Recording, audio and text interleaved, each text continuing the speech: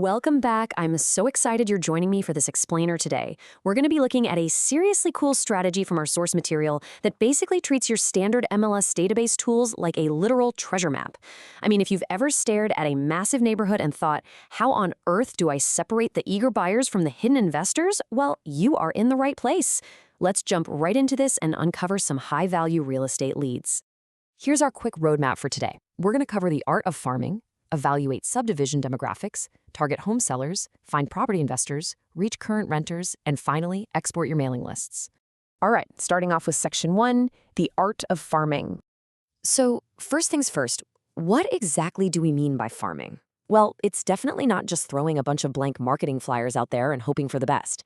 It's actually this highly targeted process of mining a specific geographic area using your MLS database tools. Our source specifically talks about leveraging tools like the Courthouse Retrieval System, or CRS for short, to isolate an exact area, like the Northeast Crossing subdivision in Bexar County, Texas. It's just such an efficient approach. When you do this right, you aren't sending blind mailers. You're extracting highly organized, hyper-targeted lists of three very distinct groups: your investors, your homeowners, and your renters. Moving right along to Section 2, evaluating subdivision demographics. This part really brilliantly illustrates the whole macro to micro process we need to follow. Step 1, you pick your subdivision. Step 2, you dive into all those facts, figures, and demographics. And then Step 3, this is where you really take control. You use your software's freehand draw tool to isolate a workable chunk. For example, our source looked at this massive 1,500 home subdivision. You definitely don't want to target all 1,500 at once, right? That's just overwhelming. So instead, you grab that digital pencil tool and draw a boundary around a much more manageable chunk, say about 250 to 300 homes. Now, here is a really interesting specific number, 7.3 years. When you're checking the subdivision's facts and figures, seeing an average turnover rate of 7.3 years is actually fantastic. It tells us we're looking at a healthy, dynamic neighborhood where people are actively moving in and out rather than, just staying locked in the exact same house for decades. For a proactive real estate professional, this continuous movement literally means continuous opportunity. We also really need to look at who actually lives there. The income demographics in our example show this totally fascinating split. On one side, you have the $50,000 to $75,000 range, which usually represents your younger, first-time homebuyer families. On the other side, you have the 100,000 plus range, which is mostly your more established or retired military families. So why does this matter? Well, with the median home price point sitting right around $250,000, this particular subdivision offers an absolutely perfect, diverse mix. You've got entry-level buyers who might be looking to upgrade soon, right alongside mature families who could be looking to downsize or maybe even invest. Okay, Section 3, targeting potential home sellers. This brings us to a really pivotal question. We've got our drawn boundary with roughly 250 to 300 homes in it, but how exactly do we isolate the likely sellers from all those properties? We only want to spend our time and money speaking to folks who actually own the home, actually live there, and might actually be ready to make a move. Let's dive into the exact recipe using the CRS tool. First up, you set the owner type to owner occupied equals yes. Bam, you just filtered out all the renters. Next, you actively remove any current active listings. Those folks are already working with someone, so skip them. Finally, and honestly, this is the magic touch from the source material, you remove any recent sales from the last 18 months. The logic here is just absolutely brilliant.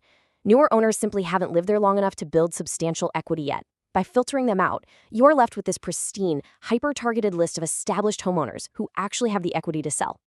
Which brings us to Section 4. Finding the property investors. Now, the challenge here is super fascinating. How do we uncover the hidden investors who don't even live in the neighborhood? The source material points out this surprising fact. If you look really closely at the map, you might find that entire streets of a subdivision are just quietly owned by absentee landlords or corporate rental companies. And we want to find those specific individuals who are quietly pulling the strings from afar. Turns out, the trick to doing that is surprisingly simple. Instead of looking for owner-occupied, you just flip the owner type filter over to absentee. Specifically, you want to select both absentee in-state and absentee out-of-state. The second you apply that setting, the software instantly identifies every single home owned by an investor who lives somewhere else.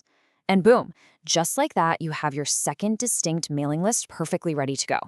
Section 5. Reaching the current renters. Okay, get ready, because here's a really clever twist revealed in the source material.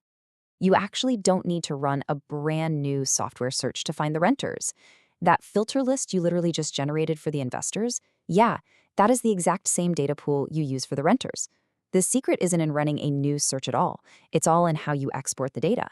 You just change the mailing address destination. And that perfectly tees up Section 6, exporting your mailing lists. So the absolutely crucial point here is distinguishing exactly how we export that absentee owner data. Take a look at this comparison. On the left side, if you're targeting the investor, you must instruct the software to use the tax billing address and print the owner name. This makes sure your letter goes to their actual home, wherever in the country that might be.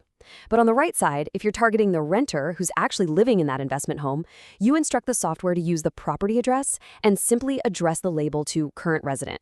You definitely do not want to accidentally mail a "hey, it's time to buy your first home" letter to a wealthy investor's tax billing address. That would be pretty embarrassing. Before we wrap this all up, I do want to highlight a vital difference in the software tools you might be using to export these lists. The Courthouse Retrieval System, or CRS, allows for unlimited monthly exports. On the flip side, the Realtor's Property Resource, RPR, caps you at 2,000 monthly exports. Now, while both tools work wonderfully for this method, CRS obviously offers a massive advantage because it doesn't artificially cap your monthly lead generation. If you decide you really want to heavily scale your farming, CRS is the way to go. I absolutely love this quote from our source material. I just got 3 really good lists out of both sections to dominate your subdivision. I mean, that perfectly summarizes the incredible efficiency of this structured method. By utilizing just one tool and applying smart, logical filters, you've successfully extracted your sellers, your investors, and your renters, all from the exact same neighborhood. It's like a real estate cheat code. We have covered a lot of highly focused ground today, moving all the way from raw map data to structured, hyper-targeted mailing lists. But remember, having the list is really only step 1. Now that you hold the ultimate data treasure map to your local subdivision, I'm going to leave you with this final thought.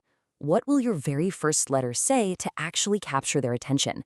Think about that for a bit, get out there, and start farming those lists. Thanks for hanging out and learning with me on this explainer, and I'll catch you in the next one.